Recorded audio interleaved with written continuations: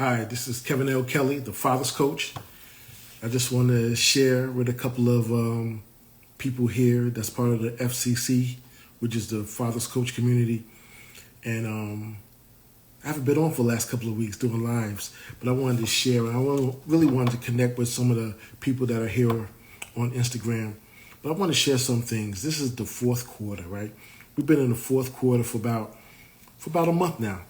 And today is the October 1st, and I just feel the need to actually share with you all, especially fathers and men in general, that this is the fourth quarter, and I think that this time that we shouldn't wait until December, towards the end of December 31st, New Year's Eve, to start thinking about and projecting into 2025 and beyond. Now, most people that I know, and I kind of like in association with, we kind of look at decades and look at, if we want to empower our children, we want to empower our children's children. So we have envisioned, and we're thinking about the next 10 years, the next 20 years. Some of us get more really aggressive and progressive. We start thinking about the next 50 years, the next 100 years. Years ago, I went through, I facilitated a conference one time, and this conference was called the Father's Touch Conference. And I was tasked to actually facilitate, which actually means to MC. So I MC'd the whole conference. It was so powerful. Now within that conference, one of the speakers, actually the host, Robert Muncie, is actually a good friend, and actually a spiritual mentor of mine. One of them, spiritual mentor of mine, definitely heart to heart, good brother. He actually was sharing in that meeting about thinking about making an impact for the next 100 years. So everything that we do, we're thinking about the next 100 years. We're thinking about legacy, and we're thinking about inheritance. What is that thing that we're passing down? What is that baton?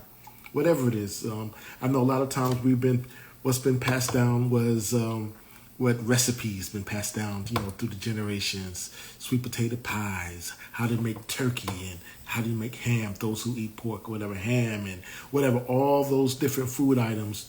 But a lot of times, a lot of our core values were passed down, and just heart-to-heart things and character was passed down. But a lot of times we didn't strategize ourselves if we didn't know. But now, within the last, I want to say, the 20 years or so, we've been thinking about passing some things down, like, finances, not cars, but houses and property, and how to pass it down. Whether we're doing, how do we pass them down, not through LLCs, but whatever, however we do that. I'm not going to get into all of that. But definitely how to pass things down, think about legacy and inheritance. And then we look at our Asian brothers and our friends. Their average business plan is 100 to 200 years. So when they start a business, they're already thinking it's going to outlive them. So I think just with that simple, just what I said so far, I believe that our brothers, our fathers, definitely need to strategize ourselves, not just for this coming year, but also for the next decade or so. So if you take a look at my website, actually, we just updated our website, www.lifebydesignCF.com. But you'll see in our website, there's ways that you can reach out to us, and we can help you with the strategic life plan. We kind of help people with the strategic life plans. So again, that's www.cf.com. And you can reach out to us, and you can set an appointment to Calendly and all that, and we'll reach out to you. But here are some of the items that I wanted to share with us, just in a nutshell. This is the basics of what you're thinking about planning for the next, for the next year or the next decade. And this is a basic life management facets. I printed it out real quick so I can share it. Number one is your spiritual life. Where do you see yourself? How do you set goals for your spiritual life? Reading the Bible, fasting and praying. How long are you going to pray? How do you pray? Do you need to rebuild your prayer life to God? Your spiritual life is the first thing. Number two is your physical. Are you working out? Do you work out? Also, part of your physical life, are you drinking water? Do you drink water? Are you dehydrated? How's your diet? How's your weight? Number three, your mental. How are you thinking? What is your mental capacity at this time? There's somebody in your life that you can really share with. Do you have a therapist? Is there a counselor that can talk to you in certain areas? Not when things are wrong or chaotic in your life, but just, kind of make an assessment, make a measurement of your mental status. Number four, your social. Now, out of those 3 to 5 people that I shared with your mental that you could talk to, are there strategic alliance partners that you have that can help you? So I started off with your spirit man. There's basic life management. You need to have your spiritual life in order. Your spiritual life. You need to pray. You need to fast. You need to find God. You need to find God. Number two, your physical. Are you working out? Do you work out? Do you walk? Do you run? Are you drinking? Are you intaking enough water in your life? Or number three, your mental stability. And number four, social, as I just shared. Number five, are you part of ministry? Now, this is a snapshot of the 7 facets of my life that I kind of look at and I kind of reassess. And this is the fourth quarter, right? So because this is the fourth quarter, I'm reassessing all these things and whatever needs to be, let's say, reconciled. Like we reconcile our books, reconcile our checkbooks, reconcile different facets of my life. So there's ministry that's in my life, right? Also, number 6, financial. How you doing, Dr. Ken? Good to see you on. Your financial. He's my financial coach right there. He's the wealth coach right there, Dr. Ken. But there's some things that we need to assess before going into 2025 and start thinking about 2020, 2030 and 2040, and then your emotional status. So I'm gonna repeat it again: your spirit, your physical, your mental, your social. If you're in ministry, your ministry part of your life, financial, also your emotional. We need to actually reconcile those things, look at those things, make some adjustments, assessments, and measurements. You need to make some measurements because we're in the fourth quarter. We're going to go into a new year. A lot of times today is a new fiscal year. So if this is a new fiscal year for your life, you need to take a look at that thing. I'm telling you. And if you're married and you haven't done this and you do this, you're going to be a winner to your wife. Your wife is going to love you. She's going to love you because you have a plan for your life. And that's what I do. I kind of help people with their strategic life plans, and I address these things: spiritual, physical, mental, social, ministry, if you're in ministry, but financial and your emotional part. No, we don't give you a vision for your life. We just kind of hold you accountable to the vision that you shared. And I just wanted to share that with a lot of fathers and also with a lot of men. Men need that. I'm telling you, we are the anchor. We are the baseline. We are the foundation for a lot of our families, a lot of our communities. So they need us to be on task. So I'm one of the guys that will help you get on task, help you stay on task. Yes, I'm the father's coach, I'm the life coach, and that's what coaches do. We kind of hold you accountable to who you are. We kind of hold you accountable to the foundations of what a basic man supposed to have in his life. My daughter right now and my wife right now and my nieces and nephews, they know that I'm the guy that you talk to for spiritual and physical, your mental, social, ministry, financial, and emotional. And that's one thing I wanted to share too. I hope you all got that. And if not, again, you can go to our website. It was just updated about a week or so ago, www.lifebydesigncf.com, and you can reach out to us. But I want to share this one thing before I log off here. It's some quotes I wanted to share. Maybe I can get some interaction for people that are joining in. And this is about time dominion. This is by Steve Jobs, and you like this.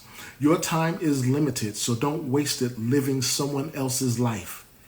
Don't be trapped by dogma, which is living with the results of other people's thinking. Don't let the noise of others' opinions drown out your own inner voice. And most important, have the courage to follow your heart and intuition.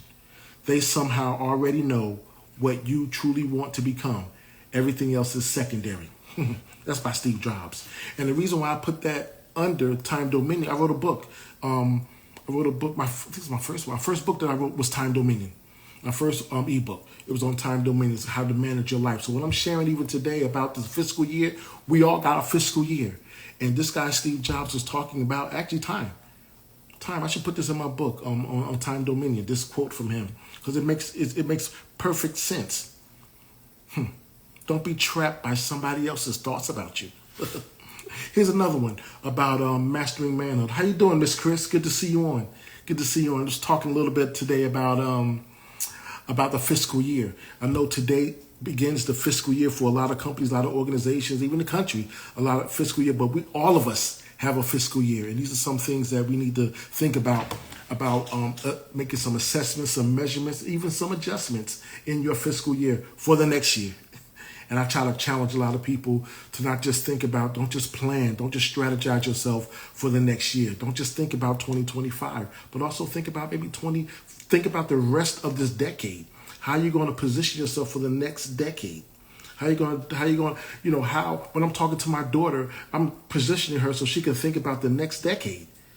That she's already thinking about in her 20s and her 30s. So when I'm talking to her, I'm actually talking through her so that she can imagine and dream with God according to the purpose that she has in her life.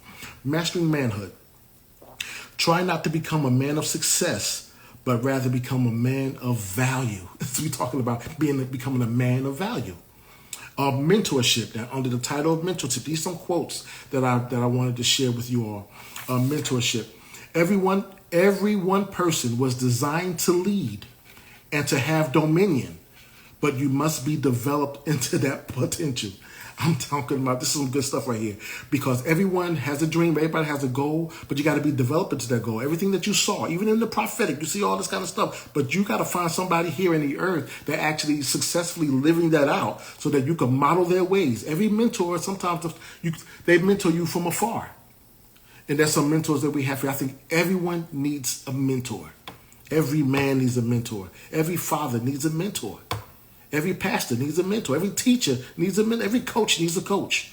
Every one person was designed to lead and to have dominion, but you must be developed into that potential. So I think development is very, very personal. I mean, that's one of my core values, be development. Develop. That's what we do with these organizations that we partner with. We help develop the youth. I have a curriculum. I help develop the youth down in Sussex County. We enter these 2 schools there, and we're doing a leadership curriculum, and we're empowering these young kids. Powerful thing. And here's another quote here I wanted to share. Mastering fatherhood. What a father says to his children is not heard by the world, but it will be heard for posterity.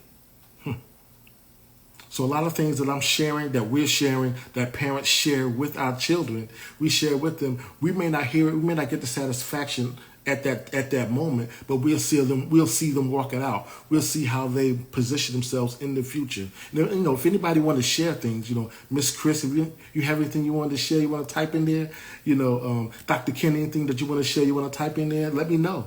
This is interactive here. I want to share what's on my heart here, but also I want to hear what's on your heart. I want to hear what's on your mind concerning that. This is mastering fatherhood. I love how John Paul Richard talked about that. Here's another one. The words of a father have enormous power over a child's destiny. The words of a father have enormous power over a child's destiny. That scripture that says, death and life is in the power of the tongue. Those that love it shall eat of its fruit. So if you speak well, if you speak bad, you're going to see the fruit of that thing. So I think the words of a father have enormous power over a child's destiny. And that is by Archbishop Duncan Williams. That was a quote by him. One of the books that I have of his. I read this years ago. Good book. And good leader. Parenting. Here's a quote on parenting. Streams are the father's wisdom. Streams are the father's wisdom pouring into rivers called wealth is when a son listens. I'm going to read that again. Streams are the father's wisdom pouring into the rivers called wealth is when a son listens. And this is by Kevin L. Kelly, me. I wrote this years ago in one of my books that I wrote on sonship, fathering, and the journey of becoming. I think this is very important because the fathers pour out. They pour out. Fathers, wise fathers, pour out good stuff. And we look at that as streams. And then if the son listens, then it's wealth to him. Powerful stuff, right? Powerful stuff. I think I'm done with that. But I think I'm done with that. But definitely, hopefully these quotes kind of helped you help you and help those that would actually see the replay of this. But this is some powerful quotes here that actually help transition a person. You know, iron sharpens iron, and hopefully that this piece of iron that I shared with you today will help you in actually developing your fiscal year, your fiscal 2025, your fiscal up to 2020, 2030 type of thing. And start thinking about, you know, those 7 facets. Well, I'm saying 6 facets. They're my 7 facets: spiritual, physical, mental, social, ministry, financial, emotional. And if you have these areas in your life, kind of do some measurements, make some assessments, make some adjustments, and set some goals for the next, let's say, 10 years of your life. I'll see you again. Take care. Love you guys. And thanks for joining in.